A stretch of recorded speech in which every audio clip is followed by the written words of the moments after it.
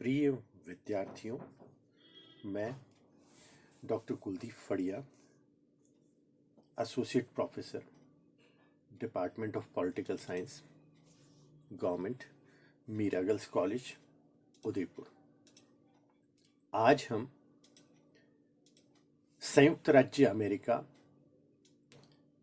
में सर्वोच्च न्यायालय को देखेंगे और सर्वोच्च न्यायालय के अंतर्गत एक महान शक्ति संयुक्त राज्य अमेरिका में दी गई है और वह है न्यायिक पुनरावलोकन की शक्ति। तो आज हम सर्वोच्च न्यायालय के अंतर्गत न्यायिक पुनरावलोकन का अध्ययन करेंगे। संयुक्त राज्य अमेरिका के बारे में कहा जाता है कि न्यायिक पुनरावलोकन एक ऐसी शक्ति है जिसे संयुक्त राज्य अमेरिका का सर्वोच्च न्यायालय न केवल स्वीकार करता है बल्कि वहां के कई बड़े निर्णय, महान निर्णय इसी व्यवस्था के अंतर्गत सर्वोच्च न्यायालय के द्वारा अमेरिका में दिए गए और जिससे न केवल वहां की व्यवस्थापिका प्रभावित हुई, कार्यपालिका प्रभावित हुई और जिस शक्ति संतुलन की हम लोग बात करते हैं उस शक्ति संतुलन के अंतर्गत एक अवरोध सर्वोच्च न्यायालय के द्वारा बनाया गया, जिसके द्वारा संवैधानिक व्यवस्थाओं में, सरकार में एक संतुलन की स्थापना हो जाती है।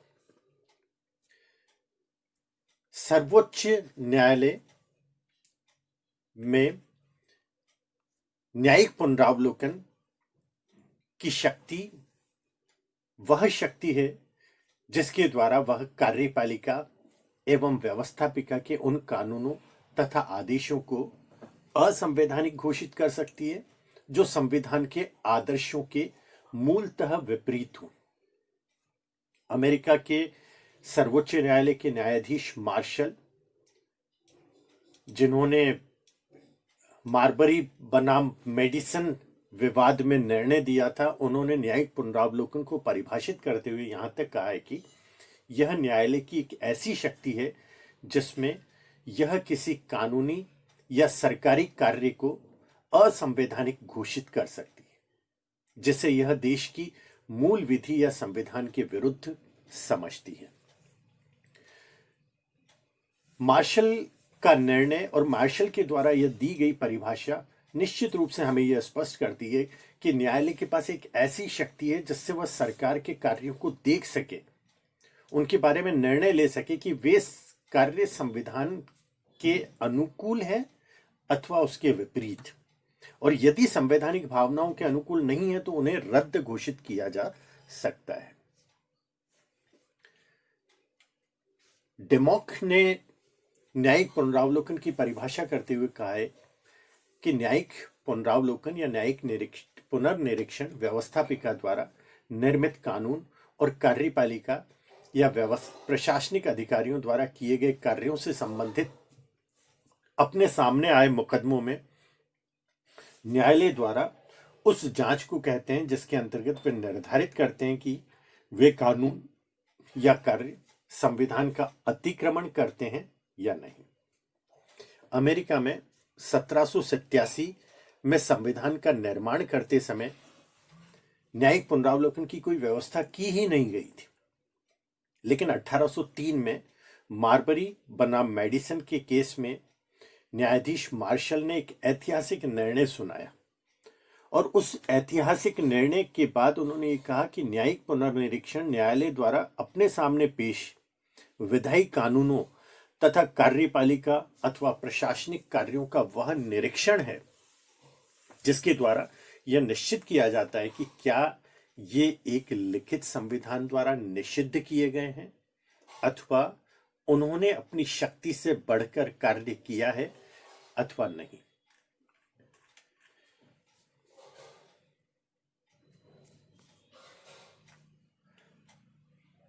मार्शल ने जब इस केस को देखा और इस पर निर्णय दिया तो इसकी व्याख्या करते हुए उन्होंने कहा कि वह संविधान जो सरकार के ढांचे की व्याख्या करता है स्वयं एक कानून है और देश का सर्वोच्च कानून है।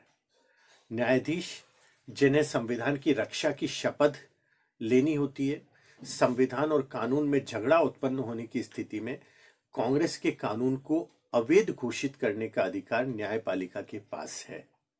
इस टिप्पणी से अमेरिका में काफी वाद विवाद हुआ और आखिरकार बहुमत ने इसे स्वीकार कर लिया।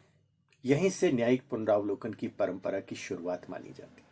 उसके बाद 1819 में मैकलुक बनाम मैरीलैंड के केस में तथा 1824 में गिब्बन बनाम ऑगडेन के केस में न्यायाधीश मार्शल ने न्यायिक समीक्षा की शक्ति को फिर से परिभाषित किया। इसके बाद 1857 में न्यायाधीश रोजन बी टॉनी जो स्कॉट बनाम स्टेनफोर्ड के मामले में कांग्रेस द्वारा बनाए गए एक अधिनियम को अवैध घोषित कर दिया।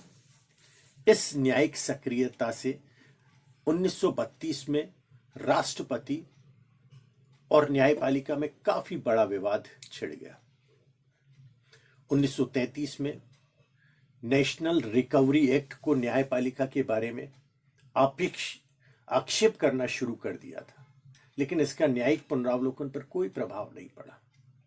अब सर्वोच्च न्यायालय अमेरिका में इस शक्ति का प्रयोग इतने प्रभावशाली ढंग से करता है कि जनता यह कहने को मजबूर है कि संविधान वही है जो न्यायाधीश कहते हैं। अमेरिका की इस व्यवस्था में जनता पूरी तरह भागीदार रहती है। जनता के अनुकूल निर्णय, प्रभावशाली निर्णय और प्रगतिशील निर्णय न्यायपालिका के द्वारा दिए जाते रहे। न्यायिक पुनरावलोकन का उल्लेख अप्रत्यक्ष रूप से अमेरिकी संविधान में भी मिलता है। संविधान के अनुच्छेद की धारा 2 में कहा गया है, इस संविधान या अमेरिका के कानूनों के अंतर्गत या उसके प्राधिकार के अधीन की जाने वाली संधियों के अधीन न्यायिक शक्ति विधि और सभ्यता में सभी मामलों तक व्यापक होगी। वास्तव में न्यायिक पुनरावलोकन की व्यवस्था अमेरिकी संविधान में न होकर संविधान की प्रकृति में ही निहित है। एल्सवर्थ ने इसकी पुष्टि करते हुए कहा है कि यदि संयुक्त राज्य अमेरिका में राज्य का शासन अपनी शक्तियों की सीमाओं का अतिक्रमण करे तो वह अनियमित है तथा संघीय न्यायाधीश जो निष्पक्षता बनाए रखने के लिए स्वतंत्र होने चाहिए उसे अनियमित घोषित करेंगे। अमेरिका में न्यायालयों को यह शक्ति वहां की संघात्मक प्रणाली के कारण प्राप्त हुई है। न्यायिक पुनरावलोकन ही अमेरिका के संविधान को व्यावहारिक बनाता है। इसी कारण वहां पर न्यायिक पुनरावलोकन की व्यवस्था का निरंतर विकास भी हुआ है।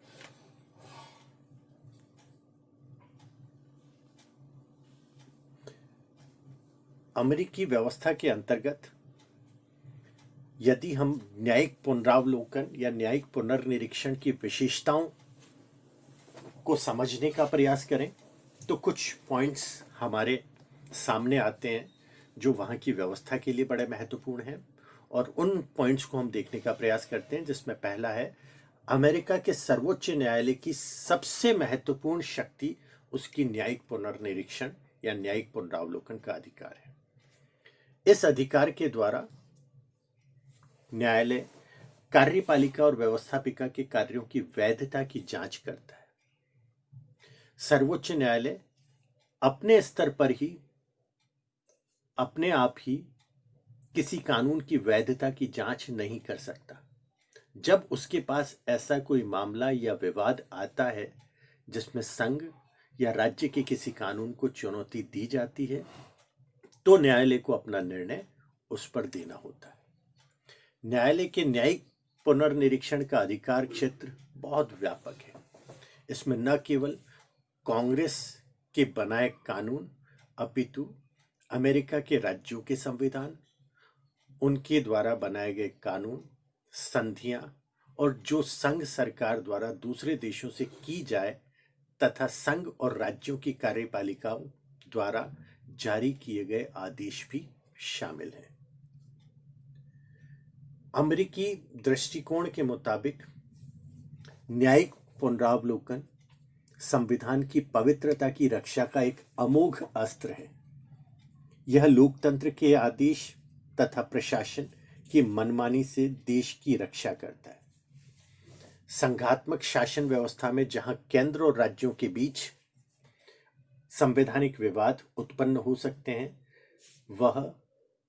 यह उचित नहीं है बल्कि आवश्यक भी है। इस अधिकार के अनुसार कांग्रेस की अपेक्षा न्यायालय कानूनों की वैधता पर समुचित विचार कर सकता है। इस शक्ति के द्वारा सर्वोच्च न्यायालय ने राज्यों की प्रांतीयता की संकुचित प्रवृत्ति को भी रोकने का कार्य किया है। न्यायिक पुनरावलोकन की शक्ति के द्वारा न्यायालय नागरिक अधिकारों और स्वतंत्रताओं की रक्षा का कार्य भी करता है। अब हम आते हैं कि न्यायिक पुनरावलोकन की जो शक्ति सर्वोच्च न्यायालय के पास है, उसकी सीमाएं क्या है, उस पर क्या बंधन लगाए जा सकते हैं। तो कहा जा सकता है कि पहला, सर्वोच्च न्यायालय उन्हीं कानूनों को अवैध घोषित कर सकता है जो उसके सामने एक केस के रूप में आए हो, अर्थात विवाद आने के पश्चात ही सर्वोच्च न्यायालय उस संबंध में कोई कार्यवाही कर सकता है। दूसरा, कहा जाता है कि केवल उसी कानून को अवैध घोषित किया जा सकता है जिसकी असंवैधानिकता बिना किसी भ्रम के स्पष्ट रूप से जाहिर हो गई हो। कहा जाता है केवल कानून की उन्हीं धाराओं को अवैध घोषित किया जा सकता है जो संविधान के विपरीत हो, न कि संपूर्ण कानून को। साथ ही कहा जाता है राजनीतिक प्रश्नों पर इस शक्ति का प्रयोग नहीं किया जा सकता। ऐसे मामले जो विधिक होते हैं, कानून के अनुसार होते हैं, कानून की धाराओं के अंतर्गत होते हैं, उन्हीं मामलों को अमेरिका में न्यायिक पुनरावलोकन के अंतर्गत देखा जा सकता है। राजनीतिक प्रश्नों पर सर्वोच्च न्यायालय इस प्रकार की कोई कार्यवाही नहीं करता। ये संपूर्ण व्यवस्था न्यायिक पुनरावलोकन के अंतर्गत स्थापित की गई है, जिसमें हम लोगों ने इसकी विशेषताओं को देखा, इसकी सीमाओं को देखा, ये देखने का प्रयास किया कि अमेरिकी व्यवस्था में अमेरिकी सर्वोच्च न्यायालय के द्वारा जिस शक्ति का प्रयोग राजनीतिक रूप से न होकर विधिक रूप से किया गया है न्यायिक पुनरावलोकन का, वो किस प्रकार कार्यरत रहती है। अमेरिका में न्यायिक पुनरावलोकन की शक्ति का कहीं कोई आधार संवैधानिक रूप से दिखाई नहीं देता, लेकिन संविधान की कुछ धाराओं में अस्पष्ट रूप से बहुत कम मात्रा में यह कहा गया है कि न्यायालय को इस प्रकार की शक्ति है कि वह इस प्रकार की कार्य कर सके। और आज अमेरिका को देखते हुए विश्व के कई देशों ने न्यायिक पुनरावलोकन अपनाया है।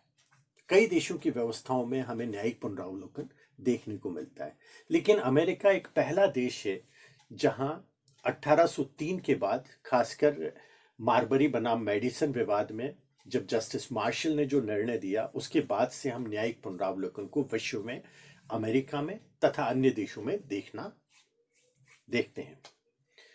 अमेरिका में न्यायिक पुनरावलोकन की शक्ति की आलोचनाएं भी बहुत की जाती है। सर्वोच्च न्यायालय ने कई बार वैध या उचित कानूनों को भी अवैध ठहराया है। 1833 में आर्थिक संकट के समय पास किए गए औचित्यपूर्ण कानूनों को भी सर्वोच्च न्यायालय ने अवैध घोषित कर दिया था। सर्वोच्च न्यायालय के बारे में यहां तक कहा जाता है कि वह एक न्यायिक निरंकुशता को जन्म दे देता है। न्यायिक पुनरावलोकन प्रजातंत्रीय सिद्धांतों के भी विपरीत माना गया है। प्रजातंत्र में कानूनों की वैधता भी जनप्रतिनिधियों के द्वारा ही जांची जानी चाहिए, क्योंकि उनका कानून निर्माण से गहन संबंध होता है। और जब सर्वोच्च न्यायालय इस शक्ति के द्वारा उन्हें अवैध घोषित करता है, तो एक प्रकार से लोकतंत्र और जनप्रतिनिधित्व व्यवस्था पर प्रहार करता है। इस शक्ति का अमेरिका के संविधान में कहीं उल्लेख नहीं मिलता, इसलिए न्यायालयों द्वारा इसका प्रयोग अपने आप में असंवैधानिक माना गया है, ऐसा कई आलोचक कहते हैं। न्यायिक पुनरावलोकन से विधानमंडल द्वारा कानून निर्माण में प्रायः लापरवाही बरती जाती है। उसे पता होता है यदि कानून गलत बन भी गया तो न्यायालय उसे सुधार देगा। न्यायिक पुनरावलोकन न केवल कानून ही रद्द कर देता है बल्कि नीति को भी कई बार नुकसान पहुंचाता है। नीति निर्माण करना सरकार का कार्य है, कार्यपालिका का कार्य है, व्यवस्थापिका का कार्य है, न कि न्यायालयों का। यह भी कहा गया है कि यह बहुमत की निरंकुशता पर आधारित है। इसमें किसी कानून को अवैध घोषित करने के लिए न्यायाधीशों का बहुमत होना जरूरी है। जैसे कि किसी कानून की वैधता की जांच के लिए 10 न्यायाधीशों का पैनल होता है तो उसमें से 6 बहुमत से कानून वैध या अवैध घोषित कर सकते हैं।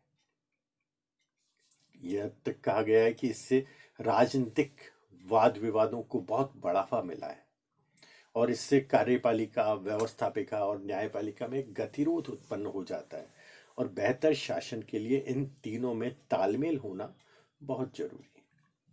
अमेरिका में जिस रूप में सर्वोच्च न्यायालय इसका प्रयोग करता है तो कहा जाता है कि आज अमेरिका में सर्वोच्च न्यायालय नीति नियंता बन चुका है। वह कानून की व्याख्या की बजाय उनकी औचित्यता की जांच करने लगा है। बहुत बहुत धन्यवाद।